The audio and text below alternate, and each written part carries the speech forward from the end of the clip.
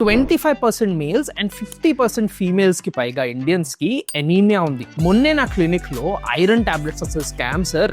నా హీమోగ్లోబిన్ 9 ఉండేది, నెల రోజులు ఈ ఐరన్ టాబ్లెట్స్ తీసుకున్నా అయినా అస్సలు పెరగలేవనో పేషెంట్ బాధపడుతుంది. మాకు నమ్మకం లేదు, ఏమనుకో. 4 క్వశ్చన్స్ అడిగా, కేస్ సాల్వ్ అయిపోయింది. అసలు ఏంటి ఆ questions? And iron tablets best effect రావాలంటే మీరు ఏం చేయాలి?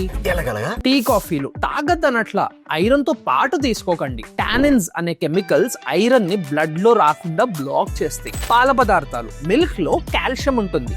కాల్షియం ఐరన్ ఒకేసారి తీసుకుంటే సూపర్ స్ట్రాంగ్ అయిపోతాం అనుకోకండి. ఈ కాల్షియం వెళ్ళి ఐరన్ తో కాంపిటీషన్ పెట్టుకుంటది బ్లడ్ లో రావడానికి అండ్ ఐరన్ అబ్జార్ప్షన్ ని బ్లాక్ చేస్తుంది. నెక్స్ట్ మోస్ట్ ఇంపార్టెంట్, గ్యాస్ ఎసిడిటీకి వాడే టాబ్లెట్స్ అండ్ సిరప్స్.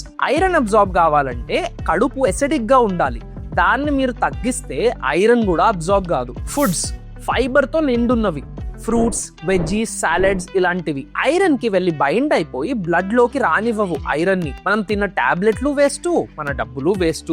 సో నేను చెప్పిన ఈ అన్ని ఐటమ్స్ అట్లీస్ట్ ఒక 2 hours గ్యాప్ తో తీసుకోండి ఐరన్ టాబ్లెట్స్ కి. ఇంకో doctors pro tip, vitamin C tablets లేదా లెమన్, ఆరెంజ్ ఇలాంటి పులుపు ఫ్రూట్స్ తో పాటు ఐరన్ తీసుకుంటే 3 months లో ఎక్సలెంట్ రిజల్ట్స్ చూస్తారు. ఇలాంటి కామన్ టాబ్లెట్స్ ని ఎలా తీసుకోవాలో వద్దో అనే ఒక చిన్న సిరీస్ స్టార్ట్ చేస్తున్నా. మీ ఫేవరెట్ జాయింట్స్ డాక్టర్ ని ఫాలో చేసేయండి మరి.